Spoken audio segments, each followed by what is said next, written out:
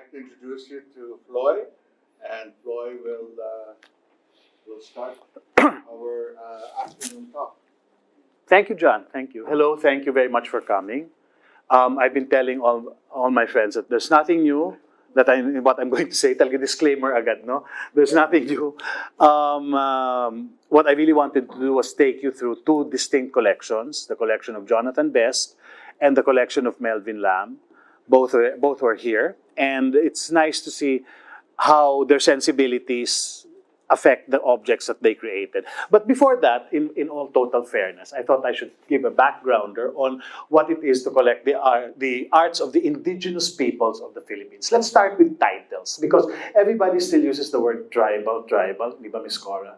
When actually, in the West, it's no longer quite an accepted terminology, tribal, because it's a Western conception being foisted on us. What is correct, though, what is fashionable now, is to call them the indigenous peoples of the Philippines, the first peoples, or the ethno-linguistic groups, or the animist groups. So you talk about the art of the animist peoples of the Philippines, the art of the Islamic peoples of the Philippines, the art of the first, very French yung first peoples, di ba, Miss Cora? Very French yung art première, what they call the first arts.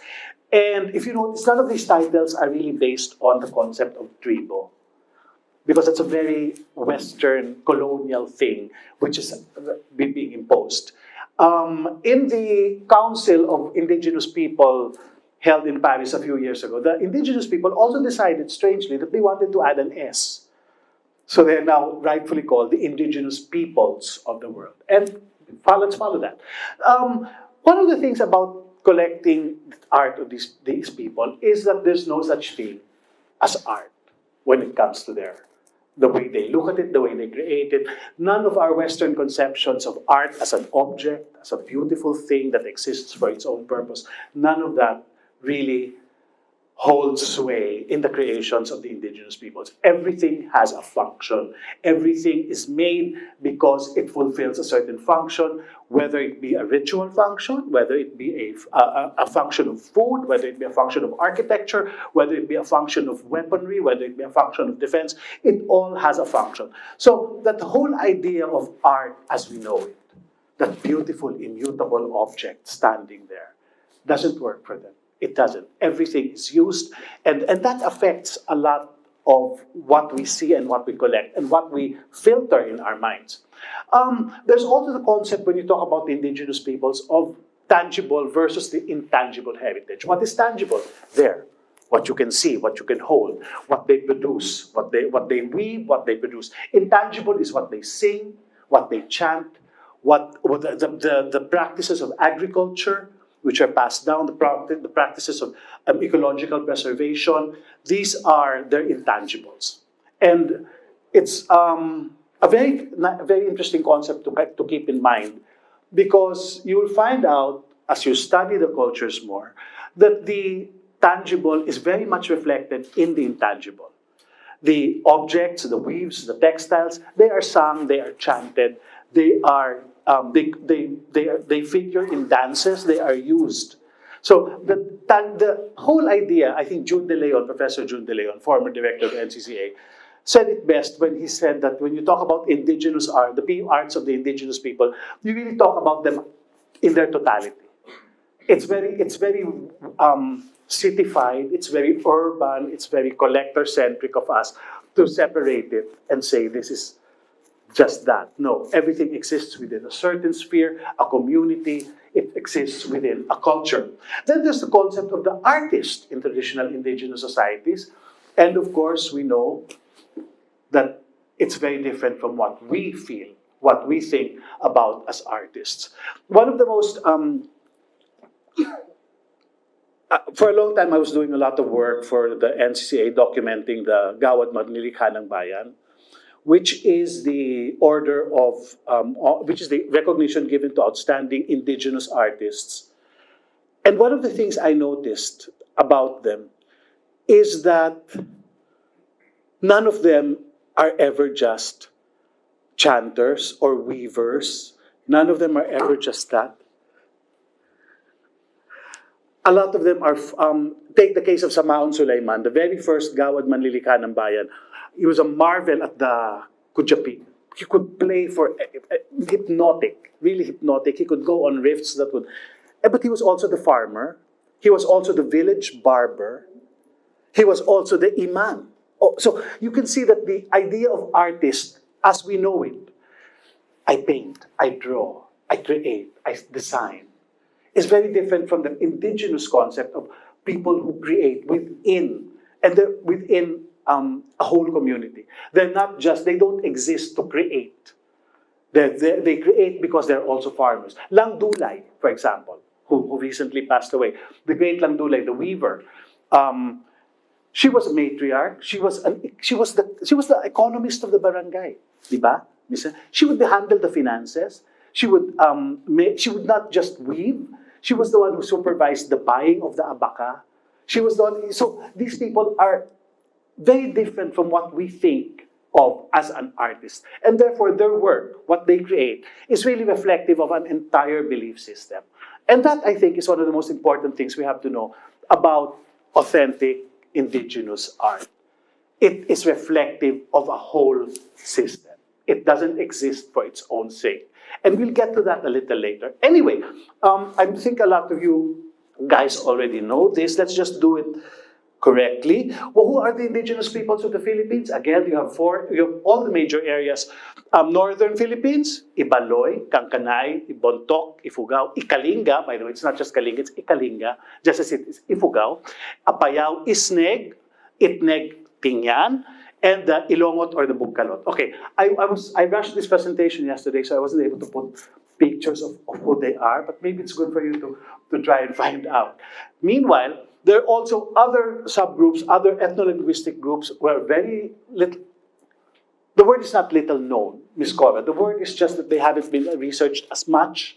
The Isinay, the Ikalahan, and the Bagbago, who exist within. One of the things that's interesting about the Cordillera is it's very, very hard for us really to generalize the rituals, the practices, the culture of a specific area.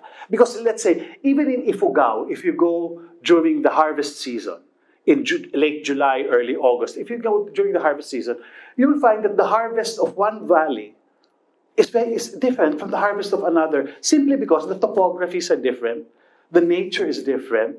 The rice here matures faster than the rice about 10 kilometers away. So within that, when I was actively traveling in the Cordilleras in the 80s and 90s when my niece could do it, I noticed a lot that what I learned or what I found or what I saw in one area was very different. You just walk a day talaga. You walk one day and suddenly in a totally different culture area, but you know they're both Ifugao. But nature, the topography, the way the harvest is conducted is very different, and that leads to a lot of different cultural practices from valley to valley to valley. So, though it's easy for us to follow this classification, I'd like to think that there's a lot more we still don't know. A lot more that we still have to find out because it's very location centric. And in the Cordilleras, a valley is a valley. It just when you're at, for example, when you're in, to be commercial about it, when you're in Banawe viewpoint and you're looking at the valleys, it's so beautiful. You try walking, and you'll find that to get one to the other takes 2 days, and that whole 2 days is a whole difference in cultures. It's a whole difference in the way they will treat a bulol. It's the whole difference in the way they will treat the harvest when it comes in. So much we don't know. Anyway, so, next. Next, of course, the indigenous peoples of the Philippines, Palawan. The Palawan has always been very, very unstudied. Only Nicole Revel, I think, has done major studies there, but a lot of new material is coming out. They have the Palawanon, Tagbanwa, Taot Bato, the Batak, the Visayas, the Panay, but Panay Butikton. Who's from Panay here? Okay, the Panay Bukidnon. The Gawad Manlilikanang Bayan Federico Caballero, who specializes in the chanting of the, what is it called? Yes, the Hinilawod. Thank you very much, of the Hinilawod. Again, a very different culture area. Very, very different. Then, of course, in Mindanao naman, you have the animist and the lumad. Okay, Mindanao is interesting because it's divided into two areas. You have the Davao area, and that's the animist lumad. Bagobo, Blaan, Manobo, Bukidnon, Subanan, Tagkaulo, Higaonon, Bansaka, Mandaya, Tiboli. All of them are generally classified as lumad. That's the term that even they like to use. But very, very specific yung mga groups na yan. And what brings them together is the fact that they resisted Islam, they did not become Islamic peoples. And of course, when you talk about the Mindanao Islam, you have the great cultures of the Maranao, the Maguindanao, Yakan, Tausug, Sama, Badjao. All of these peoples have their own distinct cultures, their own distinct languages, their own distinct ways of doing. And you can imagine just looking at that long, long list, which I encourage you to please do your research on. Just looking at that list, you have an idea of just how vast and how wide and the range of cultures that still need to be studied, that still need to be documented. And I'll get to the source materials later that I want to do. Okay, and of course, sino nagwagi sa kanilang lahat? The Filipinos Negrito, who's found from everywhere from Pampanga all the way to Zamboanga, all the way to Maguindanao. We know them as the Agta, Aita Dumagat, and they were the earliest inhabitants preceding the Great Micronesian migration. We will all be gone, but they will still be there. Quickly, what are the areas of collecting, since that's what we're talking about naman, right? What are the areas of collecting that you can go into? Later in the introduction, I'll talk about how collecting started in the 70s and the 80s. But what are the areas of collecting? I'm sure people would like to know that. I'm sure you people know that already. Okay, I'll talk to this part of the room. Okay, there's ritual art. Again, very popular. Bulol, Punamhan. Punamhan is the ritual box of the Ifugao. Then there are the bulol. And of course, there's the famous bulol that recently made waves when it was sold for something like 36 million? Something, yeah. Euro, no? Euro. Bobby was in Paris, he bought it. No, he didn't buy it. No, Bobby was in Paris, he saw it for himself. It's a beautiful bulol. Okay, now, it's funny because, when we talk about bulols, let's talk about bulols for a little while, no? Because everybody thinks, it's so funny, when they start collecting, they all want, and Maria will bear me out on this, Maria Closa. Everybody thinks, beginners will always think that a bulol is a bulol is a bulol. And then they say, I have a bulol, why isn't it worth 36 million? Okay, this is where the manipulation of the art market comes in, of the Western art market. And this bulol happens to have, number one, a great provenance. Really, ang nagmay-ari niyan is no less than William Bayer, who was the son of Henry Otley Bayer. And then it was passed on to Alain Chauffel, a great French collector. So there, you already have the question of provenance playing into the quality of an object. It's very, very interesting. Because honestly, really and truly and honestly, is there bulol like that in the Philippines, in Philippine collections? Yes. But they were never owned by Alain Chauffel. They were never owned by William Bayer. So factors like that come into play. Is that good or bad? I'm not too sure. But we do know that right now there's a great demand because of this, from a very from a very market-oriented collector standpoint. There seems to be a great demand. There always has been a great demand for genuine, authentic bulol. And that's very interesting. When we go through the exhibit, we'll try to classify what is genuinely 19th century or archaic, which is a term that's very fashionable these days. What is a early 19th or early 20th century piece, what is a 1950s after the war piece, and what are the replacement pieces which were carved for bulol, which were all sold off in the 70s and the 80s, and what's coming out today. It's very interesting. Anyway, let's move on. This just to give you an idea. Next, we have adornments and social signifiers. These are wonderful to collect now because everybody, we have the great exhibition that Miss Cora and Marianne Roses and Constance de Monbrison put together for the Cape Ranley was all about the Philippines as an archipelago of exchange. And no other object signifies just the range of exchange, the range of trade, the range of globalization that was taking place in the 15th century than beads. Than beads, really. Where do these beads come from? as far as China, as far as Venice into the 14th century, as far as Africa, as far as the Indus Valley in India.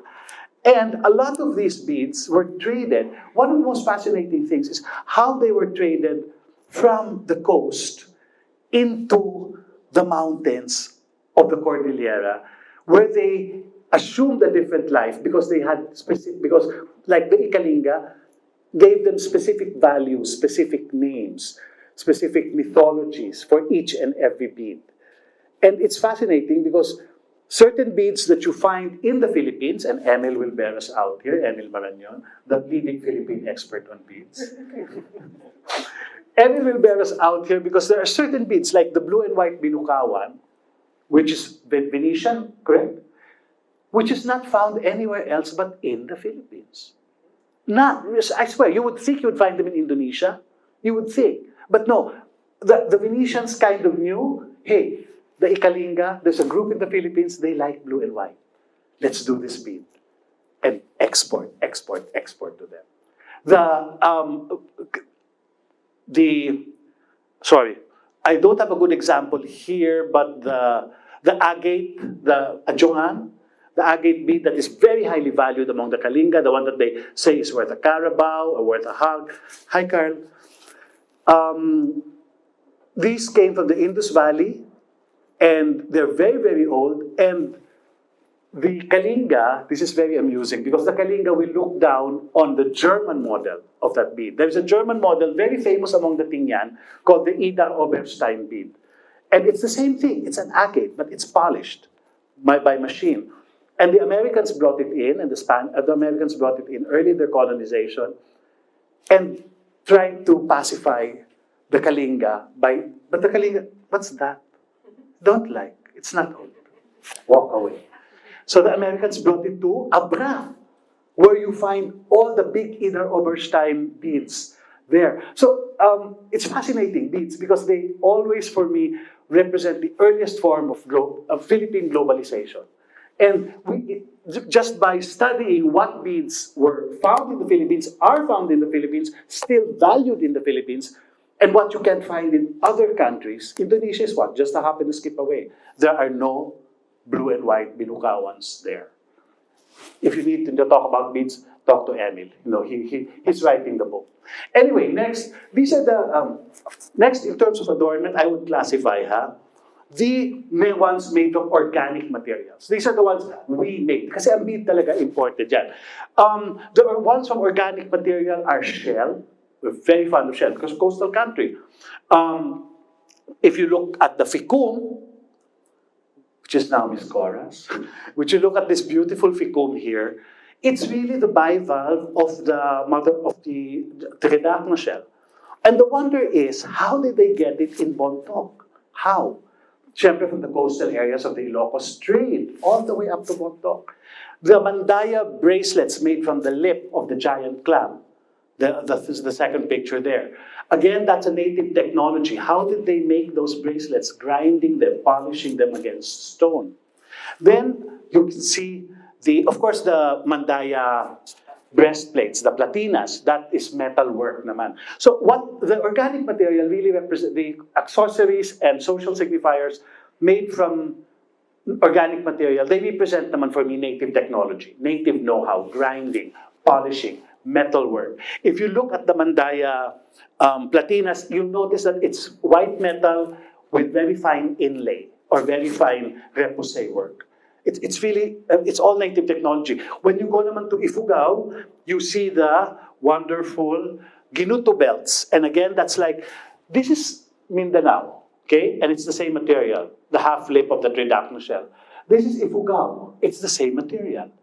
And yet the idea of polishing, the technology that went into polishing these things is quite the same. Interesting enough, there's an aspect of organic material adornment which is rather bothersome now. And that's the ones made from the Ilonggot, the Bukkalot of Nueva Vizcaya. They're famous for using the beak of the hornbill, thank you, because it's red. because it's red, and red is a very important color among many, many indigenous peoples. They fashion it into the kalau headdress, which is worn only by headhunters, and the kalau and the batling earrings. Very good. Talaga gawin na natin itong quiz, ha? Quiz show. Let's make it a quiz show. The batling earrings, which are again worn by one. These are important social signifiers because nobody could just wear them without having taken a head. And many of the social signifiers do represent the cult of the warrior, the cult of the weaver, the cult of the shaman. So they're not just accessoire for the sake of accessoire. This is rather bothersome, and this is funny because up to about a few years ago, and I'm sure Sir Ed will bear me out here, Maria will bear me out here, ang dami pang nag-aalok niyan. And every time you would see one, I would get nervous because that means a hornbill had been killed somewhere just to make these things. And you could see that it was still mabaho pa. Kasi, and it's bothersome because in the desire, this is one of the gray areas of collecting, in the desire to provide material for collectors and dealers, hornbills are being killed somewhere in Cagayan. And this is why I separated this slide. There's a very good example there. By the way, we'll see it when we do a walkthrough. So, of course, important talaga yan. Accessories. Next area of collecting, basketry. And I will be the first one to say it. I'll always say it. Japanese baskets are what? Are so prized and so beautiful, and everybody talks about them and everybody wants them. Ipaglalaban ko, Philippine baskets can upstage Japanese baskets any given day. The plating, the workmanship, the patinas, the durability, the technology, again, that goes into creating Philippine baskets. But it's so undiscovered. Even with the publication of the UCLA, no? The UCLA publication, Philippine baskets are still an undiscovered area, which is good. So at least the more of us. For example, this coil weave you see this basket here. It's a coil weave called binali. And the technique exists in China among the indigenous peoples of China, and very recently in Zimbabwe, in Africa, they also do a variation of this. I was talking to some collectors. But when you look at the Philippine baskets, they have an extra layer of resin and gum to make them waterproof. So, and if you look at the finest examples, it's so mabusisi. To do a coil weave, you have to build the framework and then coil the rattan, paikot until you get that. And some of these baskets are really very, very beautiful and very, very sturdy, very, very strong. Then there are the baskets for ritual. Baskets are very interesting for me because they represent use for food, functionality. Of course, you have the pasikings, the backpacks, and then they're also used, as in this takba that you see on the second picture. These baskets are used for ritual, and they are fed ritually with offerings of meat. So you can see that baskets form functional as well as highly spiritual functions. Next, of course, areas of collecting. Utensils related to food. Very, very important. I remember, and Maria again will bear me out with this, when the collecting craze really began in the late 70s and the 80s. All the runners whom I knew, and Sina Maria will know them also, when they would bring truckloads of these things, of beautiful bowls, really beautiful things, and they would bring truckloads, and you would say, ano pinagbibili nito? Pinapalit namin sa plastic. Pinapalit namin sa kaldero. So you see that with just that exchange, whole cultures were vanishing. Whole cultures were vanishing. Now, a lot of us will think it's just a bowl. Okay, what's so beautiful about it? I just, medyo mag-show and tell na rin ako dito, ha, pasensya na. I want you to pass this around. I want you to pass this around and just marvel at how beautiful this bowl is. I want you to feel, if you can feel that there's an inner rim. Diba? There's an inner rim. It's not just a bowl. I heard that. There's an inner rim which keeps it ergonomic. It's ergonomic because your thumb You'll feel it. Sige po. See? Because there's that inner rim there. That's very hard to do if you really think about it. If you really pass it around, huh? The wood is nara, and if you turn it over, it has a beautiful patina. But I want you to feel it in your hands. And see how elegant the design is, how practical it is, and how skillful it. How am I going to make that inner rim that goes like that? And okay, there's another object. The Cordillera food utensils are very beautiful. Look at this naman. Okay, I'll start here naman. It's a very simple, what is it? It's a very simple, may tape pa siya. It's a very simple barlig, correct, Maria? Barlig dish. It's a very, very simple barlig dish from the village of Barlig in Bontoc. Beautiful patina, but I want you to look at the inside. I want you to look at the rim. Please look at the rim. You'll notice that the rim has this beautiful etching, which is so fine. We like to think of food materials as just, wala, pangkain. But a lot of them really rise to the level of great technology already in order to, and beautiful. And to use a word that's so chic now, very modern, very contemporary. Okay, fine, whatever. Okay, so, in fact, I often tell a lot of people who, wala na kaming, I can't afford a good bulol, I can't afford it. Fine, start with food. Start with food. It's so beautiful. They're so beautiful. There's still a lot of, like, take note of this. This is in Bobby's collection now. It's a food bowl. It's a kinahu with two heads, but it has a lizard carved into the head of each one. And what is that? It's just that small. Very, very fine things. And and these are what? Personalized things made for the family use. So you can imagine the amount of love, the amount of craftsmanship, the amount of skill that goes into these things. Okay, another thing I'd like to pass around. Talagang pass around, no? Sorry. Okay, look at this. It's a dikdikan.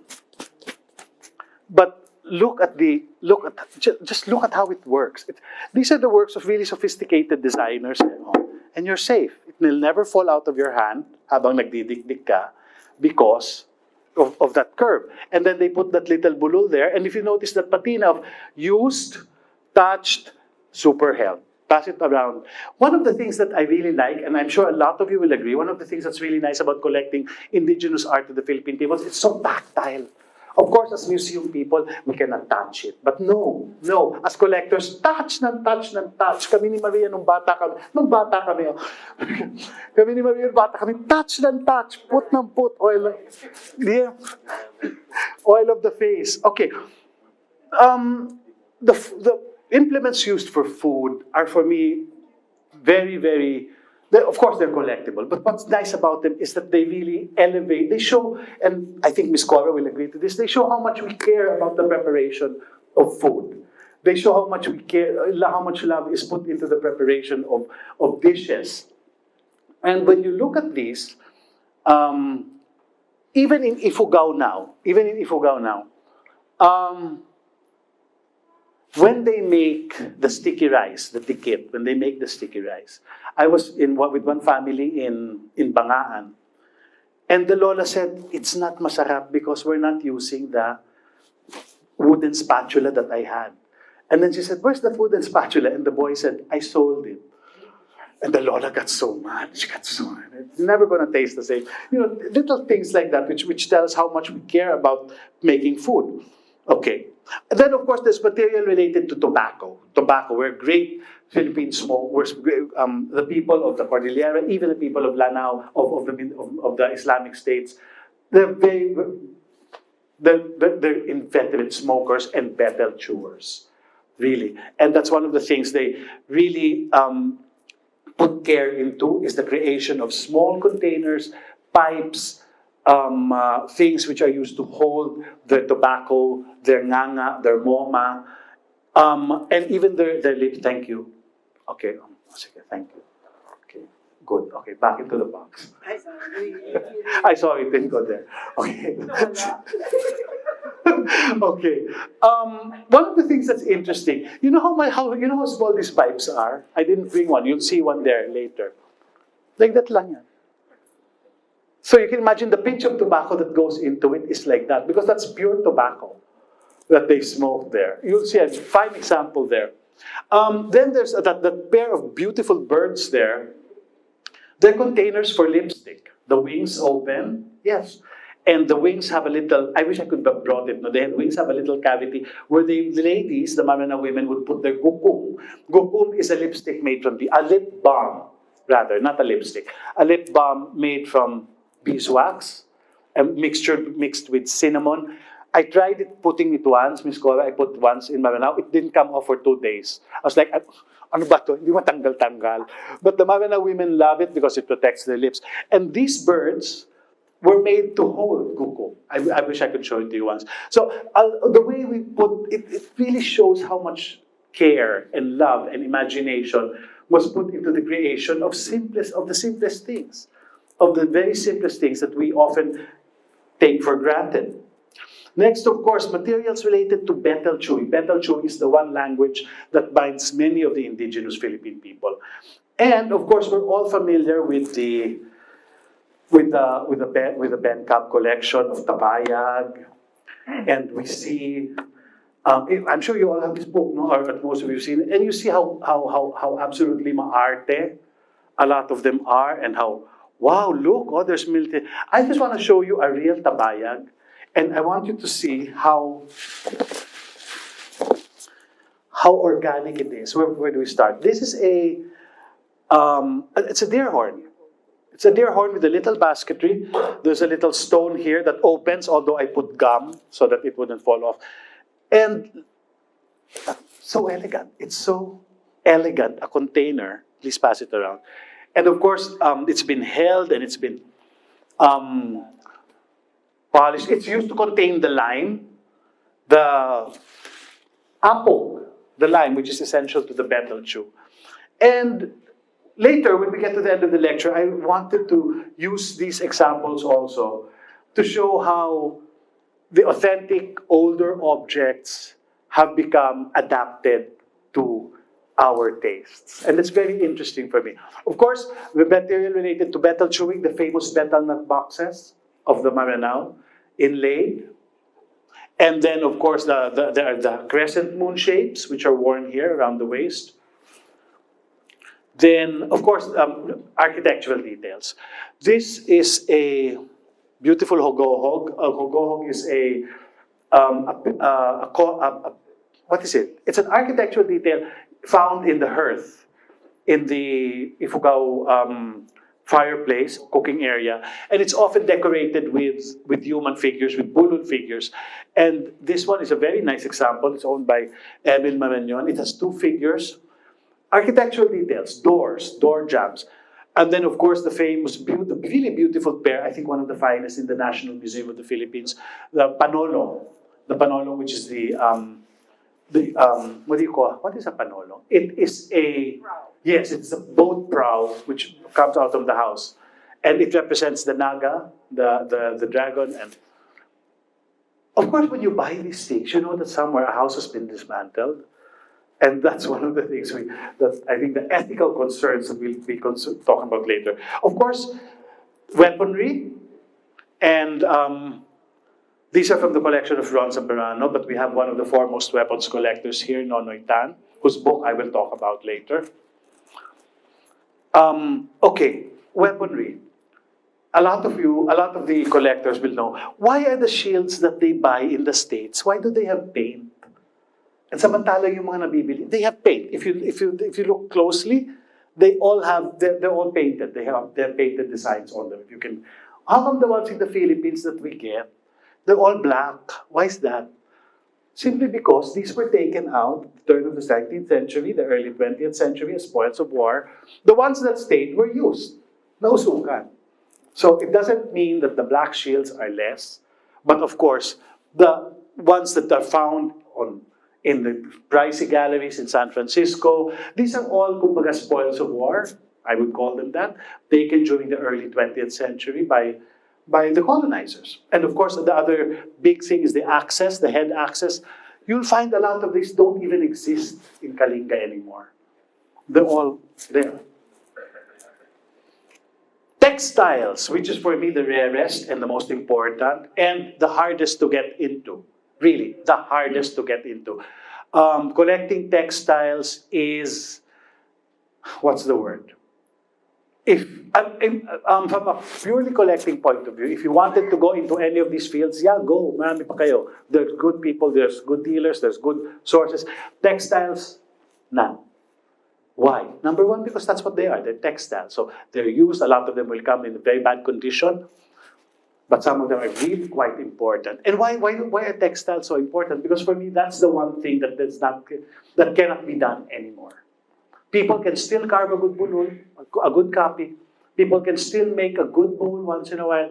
But can they weave na kasing sinsin yan at kasing ganda with the right proportions? Even if you look at the Ilocano binakol blankets, I'm sure you know what these are, no? The Ilocano binakol. You notice the patterns now are that big.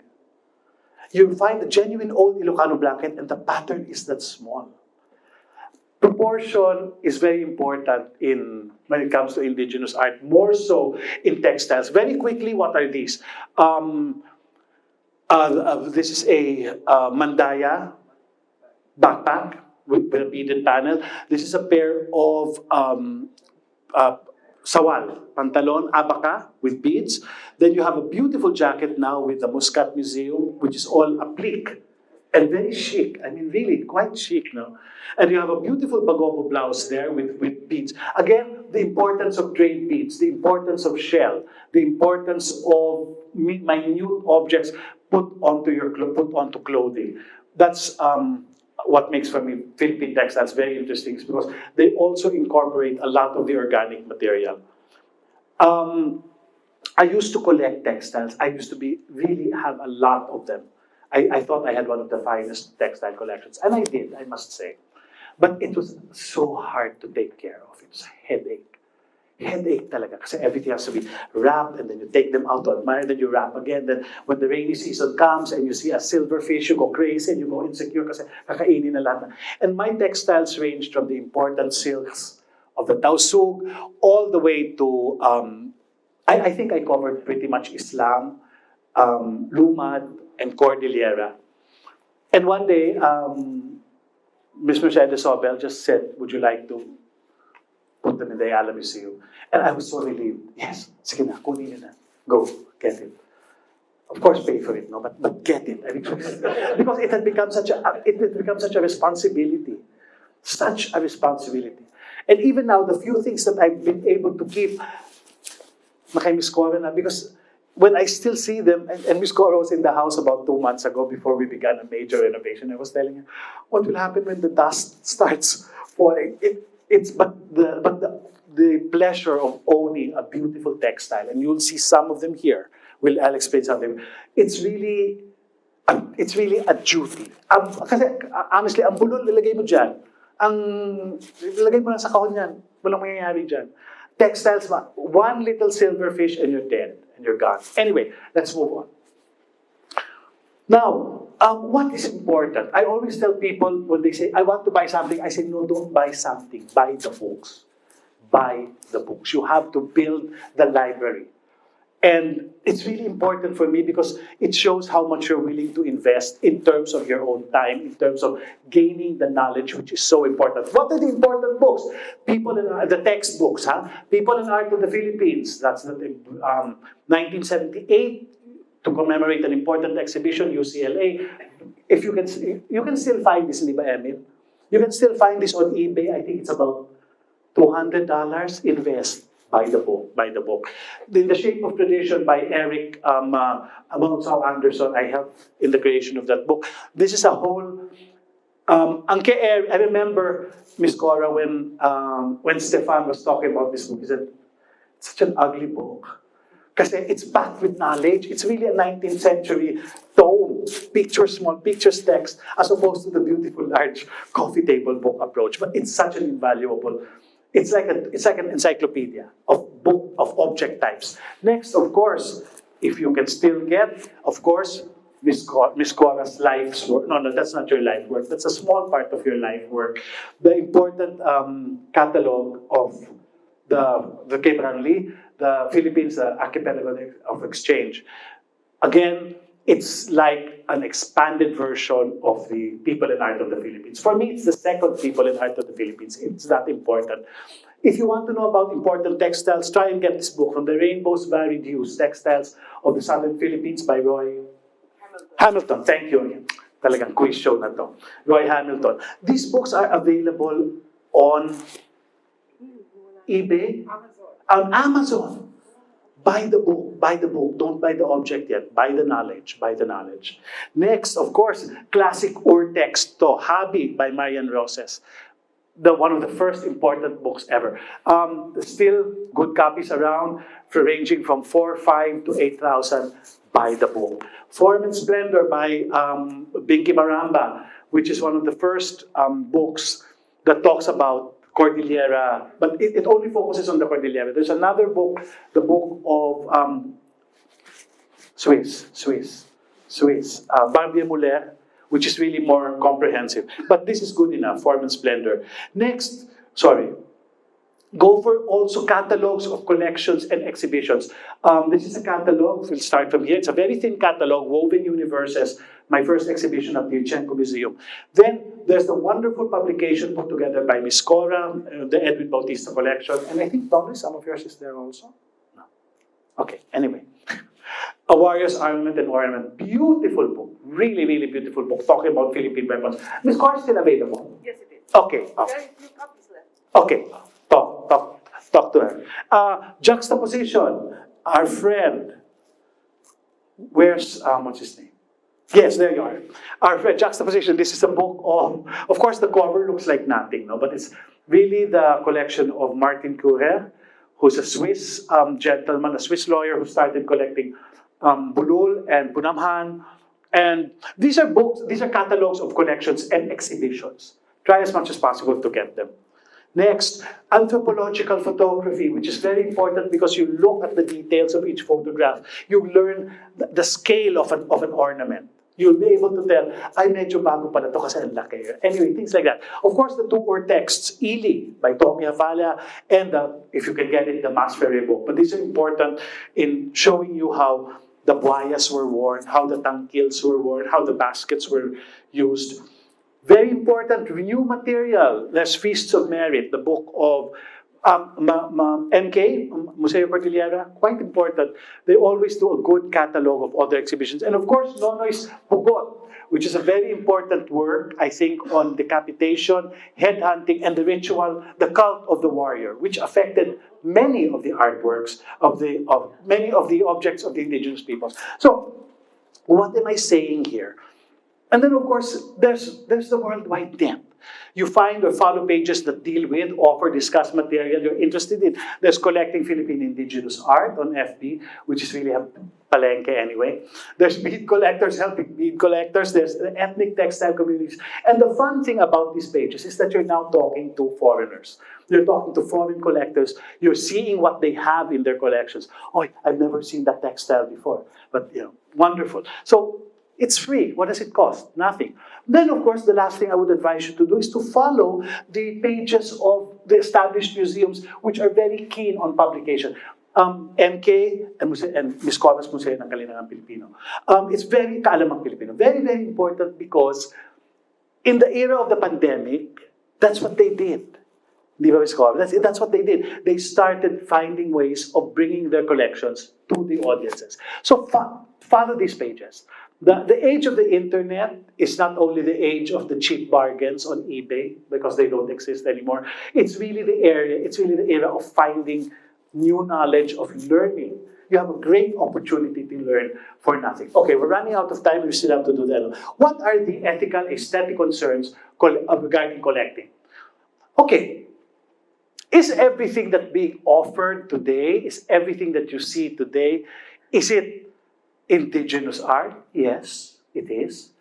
But is it authentic indigenous art in the sense that it was used, it was made for a specific ritual or functional purpose within the community? In the West, they always have this very dismissive term for it, Ms. Cora, made for trade, made for tourists, made for market. Meron silang mga ganon.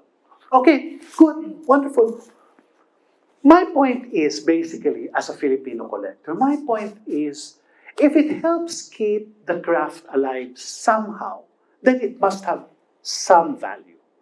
But it cannot be equated with, okay, let me show you, this is very interesting, no? The last object. Okay. This is a tagaong, bontok. Very simple, very beautiful, very organic. This is a stunning tagaong by the artist Pedro Gumgumo, who was an artist, really an artist, who was working in the 80s. And he would carve beautiful things. Really, I'll pass it on. But they were absolutely fantastic. And he was looking at senufo. He was referencing the art of the senufo.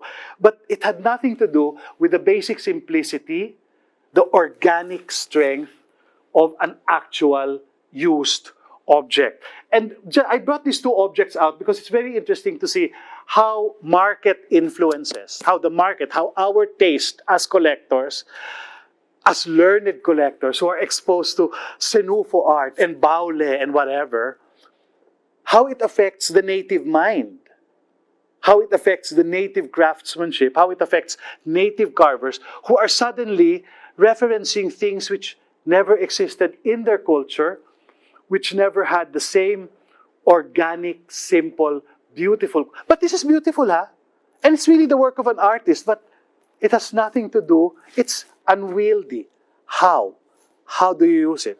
This one, you scoop. Very simple. But between these two objects, for me, really, it talks about how our collecting, how our wanting to own, how the desire for the demand for material affects the output of native carvers, of native artisans. The same thing is happening with, pass around, whatever. Oh, pass it around na lang as both. So you're able to see the real and the, I wouldn't call it fake naman. I wouldn't call it, it's just made for market. It was made not to be used, it was made for, to entrance us. The same thing is happening with Philippine textiles. Diba? Right now, the weavers of Ilocos are using acid colors which never existed in nature. Same with the Tiboli. Now they're making patterns that are that big, para visual, para striking, para pag ginawang throw pillow, bongga, ganda oh, laking throw pillow, beautiful. Pero in real life, and Mayan Roses says it so well in her discourse on textiles, that the original Filipino meta language, the visual language of the Filipino was always small, pino, and in proportion with the body. Right now, because of our tastes, because of our interest in their work, palakihan, pagandahan, pakulayan na. And we still think it's really beautiful. It fits our purpose. But these things would never have existed in a traditional society where everything was scaled. The other thing, people will always say, I want a big one of that. If this more, wala bang ganyang kalaki para sa table ko maganda? Walang ganun sa tunay. Kasi naka-scale sa body namin. Anuin ko yung platong ganyang kalaki? Hindi ko naman madadala yan. Hindi ba? Hindi ko naman makakapiesta niyan. Hindi ko naman, but then they know that there is a demand. Now, when we go through the exhibit later, I'll show you some very interesting Filipino spoons which were manufactured for export. Okay, next, I have nothing against craft. I have nothing against if it keeps the craft alive, if it helps people weave, if it keeps the carvers in business, by all means do it. What bothers me, and what bothers, I suppose, many of us, is the proliferation of fakes. What is a fake? It's made to deceive. And that's being done through patina, that's done through artificial wearing. It's a whole spectrum of techniques that they're using now. In Indonesia, which had a much longer history of tribal art dealing, the level of fakery is so much finer because they know the big posts, the hampato, with beautifully weathered, ina-acido yan. Pagkatapos ng acido, bury in the soil. After that, wash in the river to remove the acid and the soft parts. And you have a piece that looks amazing. What always makes the difference for me? Style. Patina can be faked, polish can be faked, texture can be faked, But the style of the object, as you can see from that, where is it na? There, from that spoon. The style of the other object will, the style of the object will always be a giveaway. Because and this is something, you all know Eric Hepburn, the great faker of contemporary, of old masters. He was a great faker. He could copy Rubens, he could copy Titian, he could copy Velasquez na drawing. Galing-galing niya. And he says one of the things that will always give a fake away is that there is something of the maker's worldview in his age. The age he lives in is reflected in a tiny little detail. And true enough, with that spoon, with the ladle, Francis, if you can hold it up. No, the other ladle. True enough, there's that sense of over-decoration, that hyper-refinement. And this is important for your paper also, on the bulol. Okay, the tricky question of appropriation. Okay, the Vogue cover has been getting, a lot of people are very happy about it, but a lot of people are also asking the question, should they have done it? I think Emil wrote a wonderful defense about the agency of the indigenous people when it comes to maintaining and controlling their image also. The tricky question of appropriation, should we even be collecting? Should we be doing this? Number one, yes, I feel so. But what's the obligation on us as collectors? It's not just to collect, it's to know. Which is why I keep telling you, buy the book. Before you buy an object, buy the books. Study, go to the museums, go on the internet, look at what's at the Peabody Museum, look at what's at Ann Arbor, look at the early collections.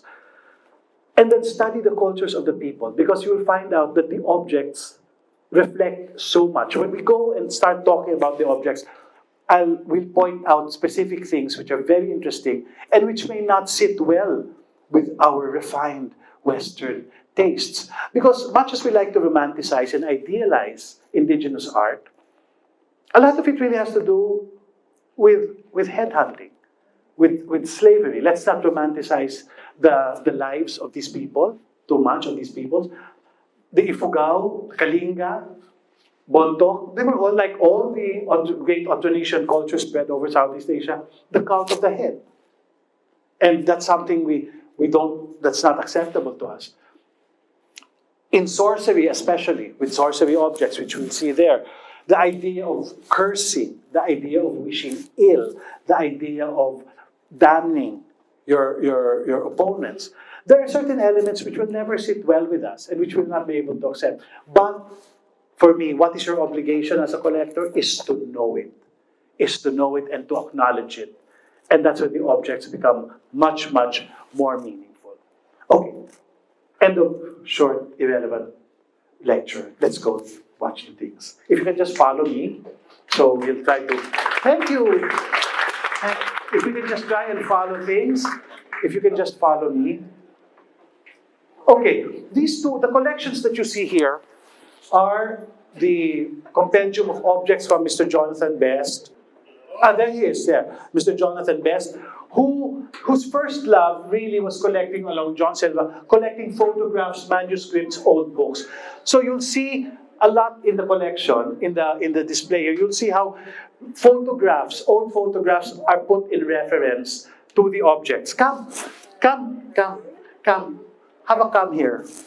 Have a join us. Okay.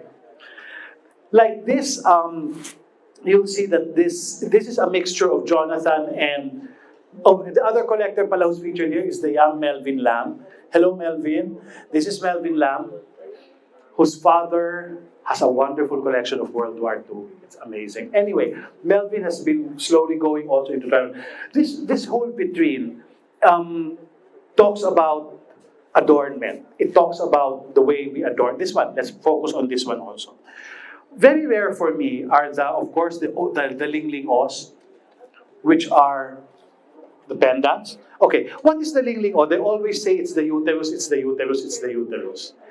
Okay, fine.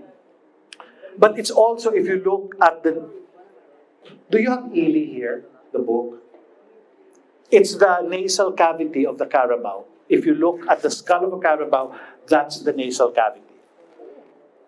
And it's a prestige symbol, because to have a carabao skull hanging in your house is a prestige symbol. It's very interesting, this collection. This is, for me, this whole big ficon is an example of how it's become westernized, how it's become bigger, bolder. Try wearing that around your hip. You cannot. The real ficums are that small. Small lang. Madali. Kasi kailangan suotin mo eh. Iyan, suotin mo yan. Try nyo. Try nyo lang. Okay? Same thing goes with the dungdung. The dungdung is a very important ritual signifier of the Kadangyan woman. It's in the form of a dancing woman. And right now, ang daming lumalabas na idungdung, pero lahat may birdie. And you take a look at it, Kuya, no, cannot be. Because the idungdung is female paraphernalia. Now, take a look at the pipes there. That's what I meant, how small they are. Because you'd really just put a pinch of tobacco. Hindi naman sila magsigarilyo, kasi hindi naman refined yung kanilang tobacco. Puro yon. So that will do. That will do. Now, this is very interesting. What are those? These are earrings, kalinga. And to wear those, you really had to have long earlobes. You really have to have distended earlobes. Why is there a bit of cotton there? Why? To keep the ear from chafing. They're very practical. Kasi syempre, masakit yung nakasuot ka ng ganyan, no? Hello. They put a little cotton to keep the ears from chafing. How do you wear it? It goes, hi! Hello, darling. How do you wear it? Seriously. Hello, Sir John, how are you? It goes like that, into your ear. It goes inside that, may butas na ganyan Yes, kalaki? yes, yeah. Nakakatakot. Yeah, nakakatakot talaga. No, but if you look at the really, and it's really heavy. You know, it's very interesting because I think that's where the concept of the Philippine bigatin comes in. We bigatin to. Because lahat ng accessory, may kabigatan. Yeah, literally, may kabigatan siya. Is it brass? It's brass. It's really quite heavy. And the only thing that protects your ear is the little bit of cotton. Okay, this is also very interesting. These are what they call, they're called giniling on the women here. And they're worn as bracelets. And it's very interesting because the women and the men would wear them. But if you read Barton, who's a famous scholar, an historian, he was living with them for many, many years. In the agamang, the courtship house at night, when the men would go to sleep with a young, when consensual sex naman sila nun. If the lady didn't like her lover, wakak, wapak, ginaganon daw nila. So very interesting. Okay, this one, okay, now we're talking about trade beads. This is the bead I was talking about, the binukawan, the blue and white. And Emil, would you like to tell us about the manufacture of the binukawan? Come on, have a join us. No, go. Good afternoon. Okay. Basically, the binukawan is we call it mean beads. Yeah. But as Floy mentioned earlier, it's specifically made for the Philippine market. While it was made in Italy, you cannot find it elsewhere. Even if you scour the entire Africa or even the rest of the world, but it's only in the Philippines. Only the Philippines. Only in the Philippines. But I think it's fashioned after the Ming jars. The Ming jars, yeah. Which are quite important. Blue and white. That whole chinoiserie idea of blue and white being fashionable. And they knew that Filipinos, the Kalinga especially, liked blue and white. Ganda nga naman kasi. And what's unique about this specimen is you can find very rare pink Ming beads. Yeah, there. Where's the pink? Yeah, there are two there. types. There's one. There. Sa gilid at saka sa gitna, which are exceptionally rare, I think. And I think nawala na yung Ming beads because I think during the 60s and the 70s, nauso siya sa mga madam. So, Yeah. hindi lang lahat na mga... Correct. Thank you, Emily. If you need to talk about beads, Emily's the guy.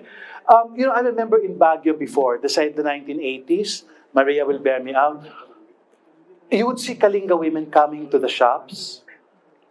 Pag naglabas sila sa super, Diyos ko, kakanta ng bead assemblage. And these bead assemblages, they had a story. They were arranged in a certain way. Each bead had a value. Okay, bibili nung may-ari, unang gagawin, cut. Separate lahat ng blue, lahat ng yellow, lahat ng sell na sa mga selya mulano, make ng jewelry. But just by cutting them, you had destroyed a whole story on valuation, on the valuation, the native valuation of the beads. And it's very interesting. I'll tell you a story. This is really quite interesting. Because in the 70s and 80s, sell ang mga Kalinga to finance the studies of their children. It's a good thing. Siguro mga 5 years, mga 8 years ago sa shop, I was in the shop, and I had a beautiful pilakid. The pilakid is a long necklace like that. I didn't really want to sell it. Wala lang, yabang lang, lagay ko lang dyan. This guy comes in, ordinary Filipino looking. sees it. How much is this?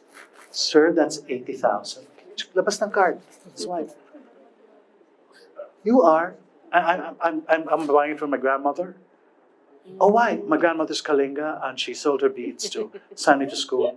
Where are you based now? I'm in Silicon Valley. So ang ganda ng kwento. And he said, I said, by all means, get it, give it to your grandmother. But that's the way objects travel. It's very, very interesting, the trade beads. Okay, another interesting thing here. We were talking about baskets and how fine they are. There are examples, 3 examples of Bontoc bachelor's hat baskets. And you see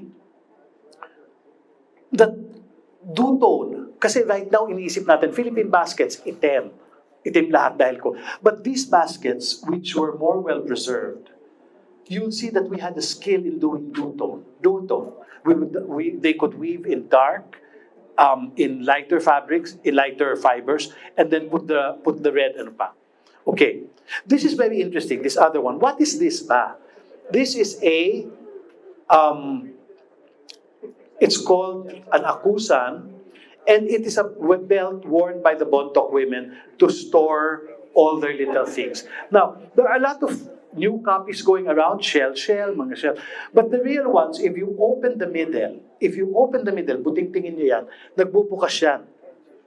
It's a pouch where they would keep all their little things. Maria Claus has a very interesting story.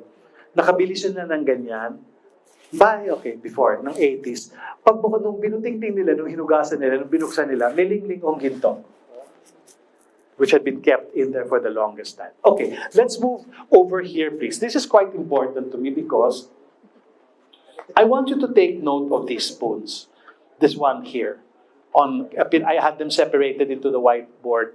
I had them separated. I had them put the white paper underneath so that they could stand out. Please come take a look. You'll notice that they're almost all the same, correct? They're almost all the same carving style. They're almost all the same honey-colored hue. That's because, well, these were made in the Hapao region, which was like the industrial region of Ifugao. They were good metal workers. They were good wood carvers. And these spoons, as Melvin and as Mr. Best will tell you, they were all found in the States, in collections in the States. What were they? Yan yung earliest souvenirs na binibili ng mga sundalo, na binibili ng mga constabulary, and they used to be made by the thousands. Emil is still able to find, ang kanyang joy of the week is nakakahanap siya sa eBay ng ganyan, $200. But it's so interesting because you look at all these spoons, some of them of great age, some of them are truly used, and you look at this and you see how a simple object like a spoon became translated into a money-making thing. One of the things that the Americans did, because they wanted to stop headhunting, they wanted to stop tribal war. Of course, people would say so that they could look for the gold mines easier. But then that was one of the advocacies of the American colonizers. We will stop headhunting. And the one thing they did is, let's give them tools. Let's make na lang kayo. Imbis na mag-fight kayo ng fight, imbis na mag-away kayo mag-away, mag-carve kayo. Bibili namin yan 10 piso, 10 or 10 centavos. Sell in Manila. Make. So, that's also, though it was a good thing because headhunting was eradicated slowly. Of course, when the Japanese War began, totally iba na yun. But at the same time, it also replaced the culture with a cash culture rather than a trade culture, which was a barter culture. Suddenly, cash na. Everything. Kasi binabayaran na eh. And these are the smallest ones. They would make beautiful stools, pieces of furniture. In the Bencab, who's been to the Bencab Museum in Baguio? There's that huge chair by Tagiling. It's so tacky, but fabulous, no? Kasi ang laki-laking upuan. They would make, naging production line na siya. Naging komersyo na. And it's good and bad. It's the way history works. People will say that. But you look at the difference between the spoons made for everyday use. Look at the individuality. Can you see it? It's very individual. It's hardly of a type. Kenkoy, some of them are very human. They have very humanoid features. One of my favorites is that baby spoon. Look at that baby spoon. pangbata. And you notice how ungeneric they look. And then you come here, and suddenly, pareho ang scoop. Kasi, mass production na to. Huwag na tayo mag-isip. Siyempre, dagdagan ng visual. Lagyan natin ng may bowl. Lagyan natin ng may baby. O, Pointed, no? yes, and pointed. As opposed, well, the pointed kasi, when you use the spoon long enough, it loses the point. But then, very interesting because you see how commerce, how the cash economy that the Americans brought in, how it changed, and how it, well, it's not a bad thing. Iba ang product line. Kumbaga sa atin ngayon, di ba, Debbie? It's a new product line. That's all it is. Okay, this is a beautiful, beautiful, who owns this, Mel, or the fish basket? Okay, this is a really, for me, such a beautiful basket. If you look at the one in the book, ang mouth niya naka-center. Ito, nandito. Because if you put, okay, again, matter of engineering. You know what that is? That's the, dyan dumadaan yung tali para ilagay dito, yung basket para sinusuot. So bakit ang bibig niya nandito? Para safe ang fish. Wala makakuha pa. Malapit sa katawan mo. And that's what makes, although there are basic forms, like the fish basket, there will be times when there's a mark of individuality. Okay? So, what is this item? Okay, that item is a... Not an ice pick because you don't No, have ice. no. Yeah, a lot of people think it's an ice pick. It's for the weaving of the basket. Pangkuha ng ano? Yeah, no, yes, that's the word. Pangsulsul niya para put inside, get. And it's beautiful because it has a human head. Okay, let's talk about, again, baskets as important ritual objects. Kasi functional, wonderful. Doon naman, nakita natin baskets as accessories. Baskets as materials of revenge. Baskets as used in headhunting. This is an important example of a basket called the fang'o. And in its real state, if it was in its perfect state, ang hahaba niyan. Ang hahaba niyan. And it was worn only in cases of decapitation by the male relatives of yung napugutan. And they would do what is called the himong, in which they will beat the sticks and then they'll dance on the rice terraces, seeking revenge. And if you, I know I'm not supposed to touch it, no? Is this Melvin's or... Ay, lahat na talaga kay Melvin, no? Ang bagong Emil Maranyon. Charot. Okay.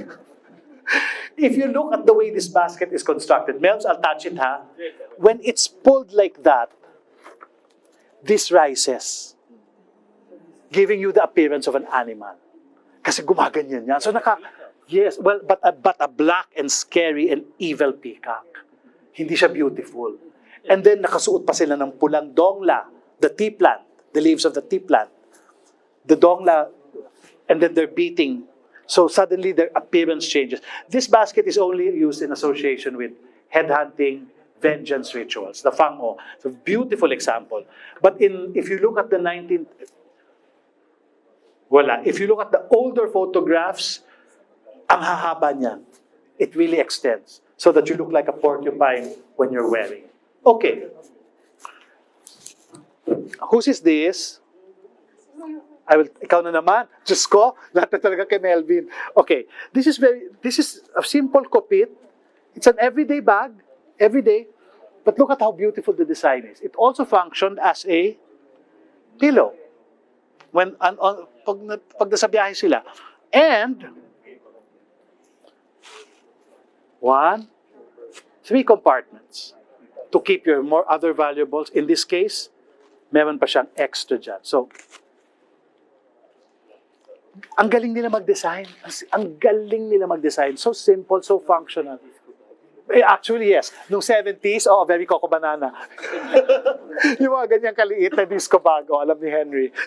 Very Coco Banana. But then, actually, that's it. And if you study the weaving, you'll notice there are 3 distinct patterns in every kopit. There's the base, then there's the body, and then there's the way they close it.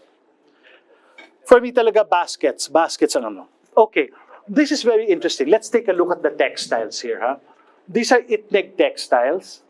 The Itneg and the Ilocano are neighbors, Abra, Ilocos Norte. So the weaving tradition is really almost the same. In fact, up to now, alin ba talaga yan? Is this Itneg or is this Ilocano? But I like to think of it as a shared convention. It's a shared convention. The horse blanket is especially, okay, I shouldn't really be touching this, ha? Pasensya naman, I will. Ang mukha niyo, sorry po. Sige na nga, hindi ko nagagalawin. Okay, the horse blanket is very, very important because among the Itneg, their supreme god, Idadawan, came down to earth on a horse. So the blankets with the horses are very, very important to the Itneg. Nung ginaya ng Ilocano ito, we don't have an example, ang titigas ng kabayo, parang talagang drawing ng pencil. You can always tell an Itneg horse, and I always say, ay, Itneg yan. Kasi meron siyang, may kutlit yung buka, meron siyang, you know what I mean, iba yung construction niya. This blanket naman, this is a much later thing. I would say this is about turn of the century, middle of the 20th century. The patterns now are becoming more Ilocano influenced. Meron na silang holding hands. Now, you would think they're holding hands, right? That's what they're doing, they're holding hands. Until I saw in Abra, about 10 years ago, until I saw a ritual with the Mandadawa, and the man and woman were holding hands and dancing like that. Okay, get ko suddenly, hindi pala, I always thought that these blankets, bago na yan, mga dala na yan ng mga Ilocano. Until I saw that there was a dance step, and bulols, even with the bulol, we think the dancing bulol is nakaganyan lang, no? But there are bulols you'll find na nakaganon. And why is that position? That's the first dance step. So the art is not as static as we like to think. It's not as static as we like to think. It reflects other aspects of the art. Ito, okay. This is very interesting because this is, again, an Ilocano convention adapted by the Tingyan. Again, the Augustinian symbol of the double-headed eagle, the Habsburg eagle. By the way, this is a technique called insukit. Yeah, in insukit, I think. It's interesting because the Ilocanos referenced the Augustinian eagle. But when it got to the Itneg, they were referencing the bimorphous, anong term yun? Emil, bimorph? The two heads? Janus figure? No, yeah, Janus figure. Bimorph, ano? Ikaw nagpauso nun eh. Bicephalus. The bicephalus form. Okay, sorry, I touched it again, don't kill me. Okay, the bicephalus form is very important. It's a very important motif in the Cordillera. You find it in the Hagabi. Mark, can you bring out the Hagabi there? Of course, that's a small model Hagabi. Bicephalus, two heads. You find it in the gong handles, two heads. You find it in the Lingling O, over there, two heads. Okay. Of course, the obvious is duality. The duality of male and female.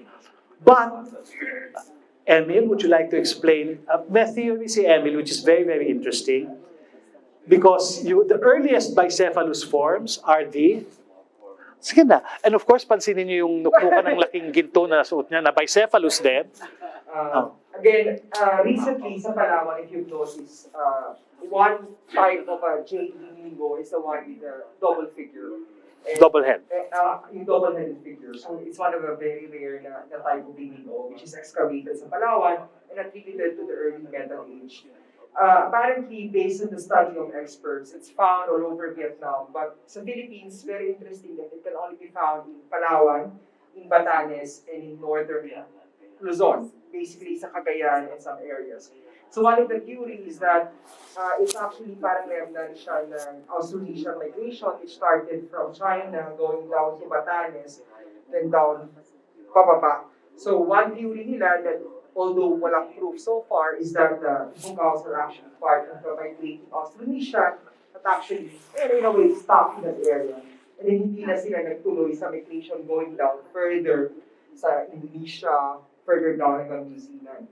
But basically, the bicephalus figure, two-headed figure, is quite unique because if you examine the material culture of the Philippines, it can specifically be found only in the Cordillera. So basically, with the double-headed bowls, Double-headed eagles, double-headed bowls, gong handles, lingling o, and of course, the ritual boxes, the punamhan. Yeah, they're all double-headed. And as Emil says, it could be a remnant. Of course, this is just him talking. No? Or could be a remnant of an earlier design motif. Okay, very important. Let's move on here. This is interesting. This is Nonoy's book, which it's interesting because it's not about objects, but if you read the book, you'll understand much of the culture and much of the way objects were created. Can we open a little? We can open naman, no? Okay. I'd like to show you a darker side because we always like to think of this as very idyllic, right? We like to think of it as pa-innocent, the noble savage, whatever, innocent choo-choo, whatever, destroyed by man's greed. Actually, it was a tough life. It was a very tough life. It was a very violent, bloody life. It really was. May I show you, please, if you can gather around this, you'll notice that the gong handle here is not just a gong handle, it's a human mandible. Come. It's a human mandible. It's the jaw. With molars, no less. It's the jaw. Sorry. Thank you. Okay. This is a remnant of headhunting. That's how dark and that's how violent the culture could become. That when a head was taken, of course it was feasted, but the one who took the head had the right to the jaw. And it became a handle for the gong. If you can see, there's two holes. It's very different from can you hold up the other one? That one. Very different from the wooden gong handles that you see.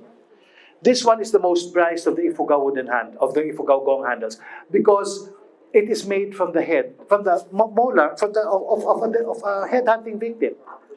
And it's believed that this kind of a gong handle would give the gong a greater resonance. Okay? And that's just one of the dark side. Okay, there's my informants in Ifugao, when I was still actively doing research, they say that they would take a look at this. Ay, panahon ng Kastila yan. Then they would take a look, ay, panahon ng Hapon yan. And I was like, ano yung panahon ng Hapon? Kasi nung dumating ang Americans, nag-stop na for a while ang headhunting. Stop, kasi binigyan nga ng, kumita na lang tayo ng salapi. Okay? Siyempre, nung dumating ang World War II, nag-alisan ng mga Amerikano, free for all na naman yung mga, ay, po, cut, katsina, oh, good. So, headhunting had a brief resurgence during the Japanese War, during the Japanese. And they can tell by the holes how they're drilled. Ay, bago lang yan. Hindi pa masyadong gas-gas yung butas. But that's an example. Then, of course, you have, if I may also get this out. Ay, sorry. Okay. This is, of course, a beautiful basket, no? Ay, there's a hulog, oh. Okay, this is an example of a basket like in a...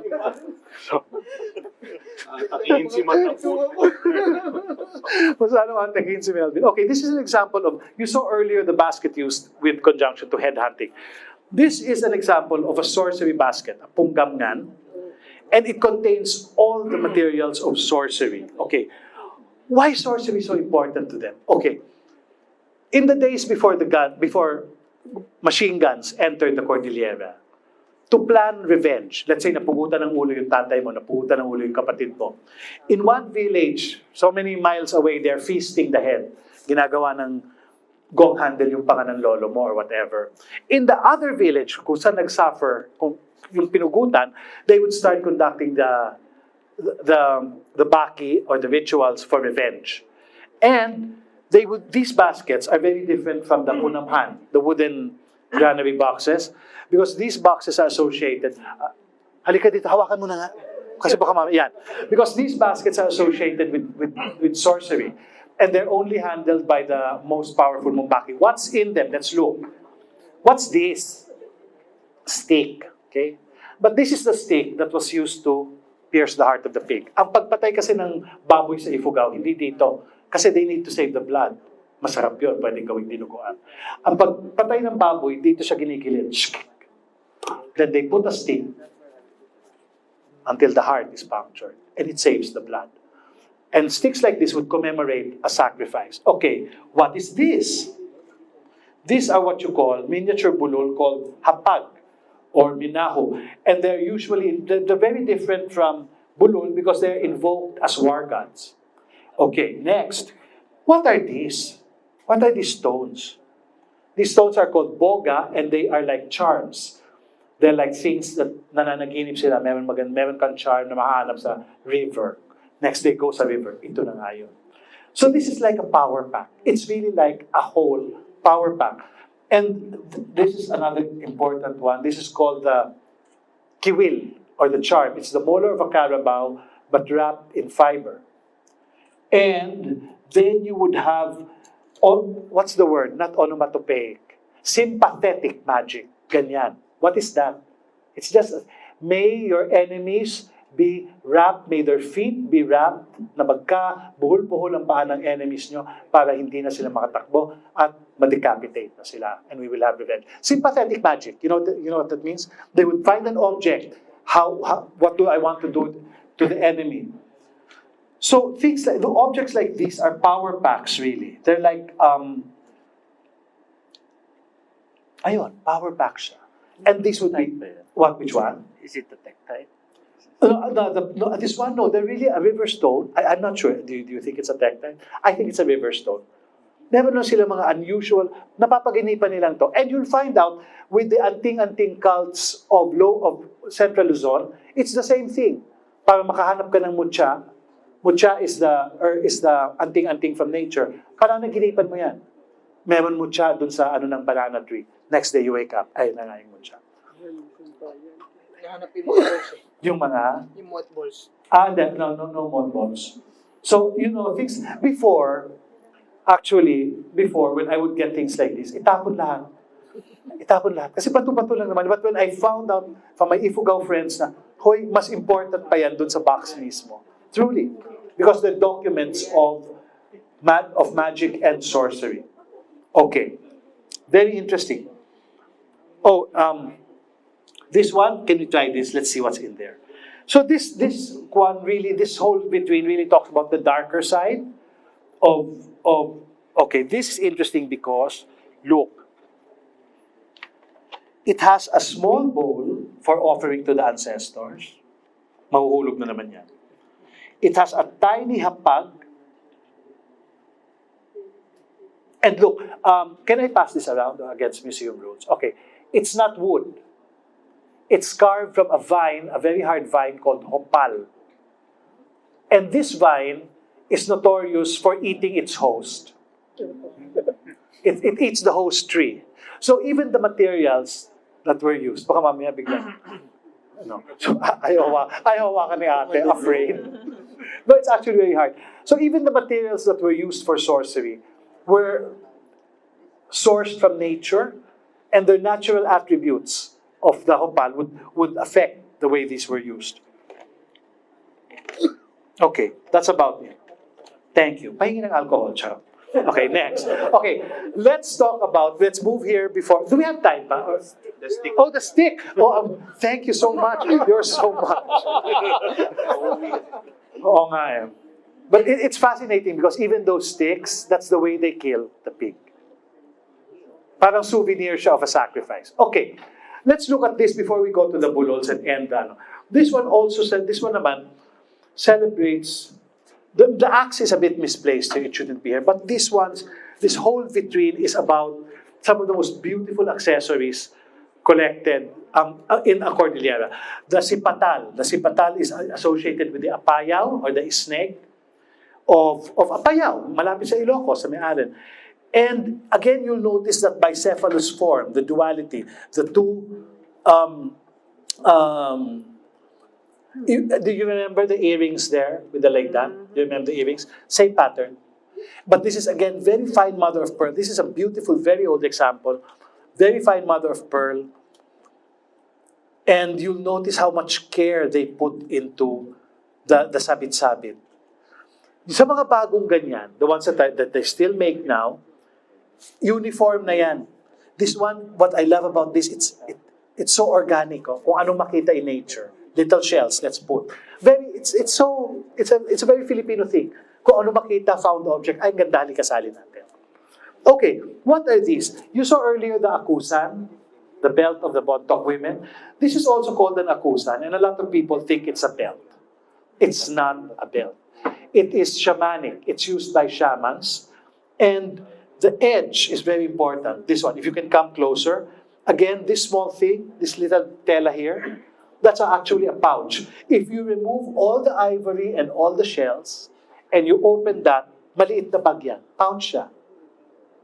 And it has to have that mata-mata design, that diamond twill. It has to have that, or It's no function spiritually. One of the weirdest like that I had, I was able to get one before.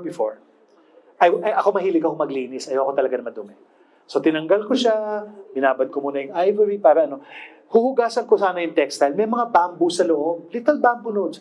Ay, ano kaya ito? Pagbukas ko, umbilical cords of a family. And there were 5. So parang, all the umbilical cords of one family, they put there. So these are magic things. They're not belts. Let's move on to, this is the problematic thing I was telling you about because up to mga 5 or 8 years ago, gumagawa pa sila ng ganyan. Although no longer associated with the warrior cult. Why is this, and of course, like I said kanina, it meant that they were hunting hornbills indiscriminately and they were killing them off. But it's very interesting because ang Ilonggot or ang Bugkalot, they were dito sila sa may bandang Nueva Vizcaya, and they're renowned as the fiercest, as in super fierce. Up to the 1970s, 1980s. There's a whole story that they only stopped, headhunting nung martial law dahil tinakot sila na papatayin kayo ng Apo Marcos. And then they stopped headhunting and changed their name officially to Bugkalot. Because Ilongot still reminds them of their head. And if you go there today, when I went there the last time for a documentary I was doing, you say Ilongot, they get meron silang denial of their history. Okay, what is this? These are earrings that are worn only by those who have taken hits, the batling. And the shape of it is very beautiful because it's really concentrated energy. You know what I mean? And when it's danced, pag sumasayaw yung mga lalaki, it moves and it catches the light, and that's supposed to be sexy. And then they're able to, it's supposed to be attractive. It brings joy to them. Like these, like the molars, these signifiers, these social signifiers are not just for beauty or for attraction. They also denote status as headhunters, as successful headhunters. And if you wore those without the benefit of having taken a head, you would be laughed at, you would be discriminated, or maloloka ka. Meron kang luka factor. Okay, I know we're running out of time, so let's talk about the bulols before we end. Okay. Is a bulol a bulol? No, there are many kinds. Okay. Bulol is an Ifugao term. Let's get that clear. Bulol is a purely Ifugao term. It's used by the Ifugao-speaking peoples for rice and for healing. There's another form among the Kankanay and the Bontok known as the Tinagtago. And if you look at the Tinagtagos, the genuine ones, ibang patina niya. May kintab factor siya. Meron siyang, kintab and smooth. As opposed to bulol, which if they're properly used and they're of the same age, all have a thick, very heavy encrustation. Why? Kasi ang tinagtago sa bahay lang yan. It's called the house guardian, and it's put in the corners. When you're married, you make one. When you're newly moved into your house, you make one. It's supposed to be supposed to watch over your children, watch over your home when you're gone. And ang karamihan yan, hinahawakan, pinaglalaruan, which makes the patinas shinier, softer. As opposed to bulol, na after ginagamit sa harvest at dinuduguan, diyan kayo sa granary until the next harvest, when you're brought down again and you're dinudugo. Okay. Now, why does this, let's take a look at faces, no? Most of the bulol here, 1, 2, 3, 4, 5, these are tinagtago, so they're not included in the discussion. These bulol already have very, very Western, kumbaga presentational na features. Nose, eyes, mouth, lips. As opposed to, actually wala masyadong. As opposed to, okay, let's go. Although this isn't the oldest example, as opposed to this, in which it's much more abstracted. Do you notice? Much more simplified. You have the sphere, the eyes, the nose. As opposed, study these two pieces. Can we bring out? Mar, come. After all, ikaw lang may karapatan humawak. Char. Okay. Can I touch? Yeah. Okay, look at the difference. Okay, I'll hold this up. Hold the other one up. Look at the difference in the faces. Okay? Look, very different faces. One is abstracted, very, very severe, very simple, very linear. The other one is almost ang tangos. The first thing you notice, what? Ang tangos ng ilong. These are the kinds of bulol. And if you read the work of Frank Genista, he has a very, very interesting fact. These are what you call the tinagiling. Tagiling was a sculptor who lived when the Americans were there, turn of the 20th century. And he popularized the sharp nose. Why? Because the American colonizers, the powerful people at the time, all had sharp noses. So he began this whole trend of bulol with sharp noses, and yung bulol na kaganon. If you look at old Americans in the military, you look at the guys in ganun talaga sila tumingin. And so, this bulol, this tinagiling, look at John. Yeah, I know, like John. Look at that. So most of the tinagiling, the bulols created early 20th up to the middle of the 20th century, up to now, nawala na sa Ifugao consciousness yung pango. Nawala na, totally. Everything now, the power is in the nose. And you look at it, alin dito yung tinagiling? Very clear. 1, 2, and then that beautiful one over there. With very, very strong face, very beautiful. And they really all have that nose, and suddenly, if you look closely, suddenly there's already delineation of the nostril. Suddenly, meron ng, what's this? Yung canal. Suddenly, meron na siyang double eyelid. The carving became less abstracted, less minimalist. It became more presentational. Again, there. The difference between that and that, the difference between that and that is the whole difference of the bulol and how it metamorphosed from an Ifugao symbol, which can trace its to a symbol of American power and colonization. And it's very interesting because and when the Americans came, nagsilakihan din yung bulol. Meron ng mga ganyan. When dati, maliliit yan, proportion to the body. When the Americans came, there's a very famous photograph. I don't know if it's here. By the way, that's a beautiful sipatal. That's how it's worn, no? That sipatal there. That's how it's worn. There's a very famous photograph of the inauguration of the Municipal Hall in Tiangan, 1906, where the bulols are that big na. Kasi syempre, nung yung Amerikano, bigger, better, prouder, beautifuler. Samantalang, very opposed to the traditional aesthetic, smaller, useful, nakascale sa katawan ng gumagamit. Oh, another example, you saw the spoons there? The spoons? Oh, here is another example of early tourist art. Gawa tayo ng stool. Lagyan nyo ng action figures para sumasayaw. Gawin natin So, umaarte na siya ng umaarte, arte-arte, ang dami-dami ng mga posing, action figure na. Oh, one of the most interesting things that I was able to find in the States, nung nag-eBay pa ako, was a set of action figures by Tagiling. Action figures talaga, mga sasayawan, nagbabaki. So talaga, you can imagine. Then I said, where did you get this? Oh, my grandfather brought it from the American. Well, when was your grandfather there? Around 1920, 1910, he was in the Philippines. So you can see talaga na the transition from carving for themselves, from carving for the rituals, to carving for the market. And that's really the one thing that's really affected indigenous art.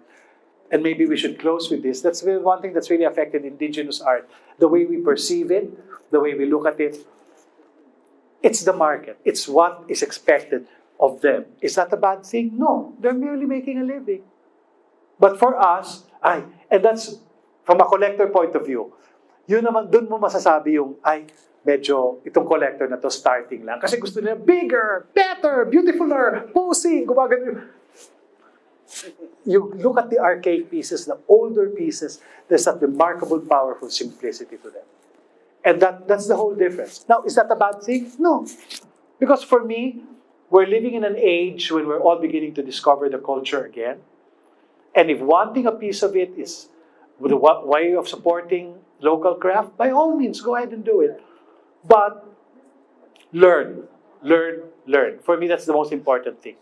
To simply own an object without knowing about it, without learning about it, without knowing the dark side and the lighter side of things, it helps give these people respect. And all throughout the years, if you notice, a lot of people will say, bakit sa Africa nagre-repatriation? Why? If you notice, that's a big thing in Europe now. The question of repatriation. They're trying to get the Benin bronzes. They should be brought back to Africa. The Greek Parthenon should be brought back. The marbles, the Parthenon marbles, bring them back.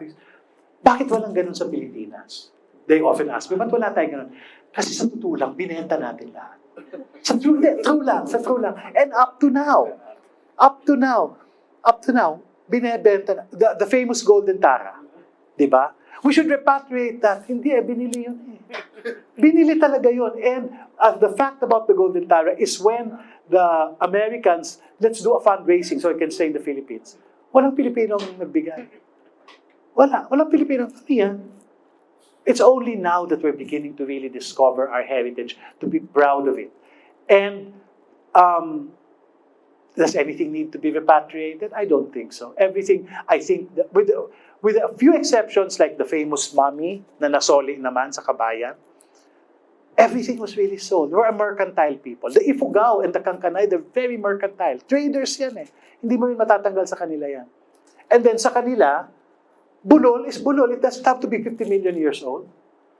Ginamit ko yun sa ritual, bulol ko na yan. O, bilhin mo na yan. Sige na, fine. Tayo lang naman, it's our mindset na dapat luma, dapat archaic. And these are some of the questions which you'll encounter when you go on your adventure of collecting Philippine indigenous art. Maraming salamat po. Thank you.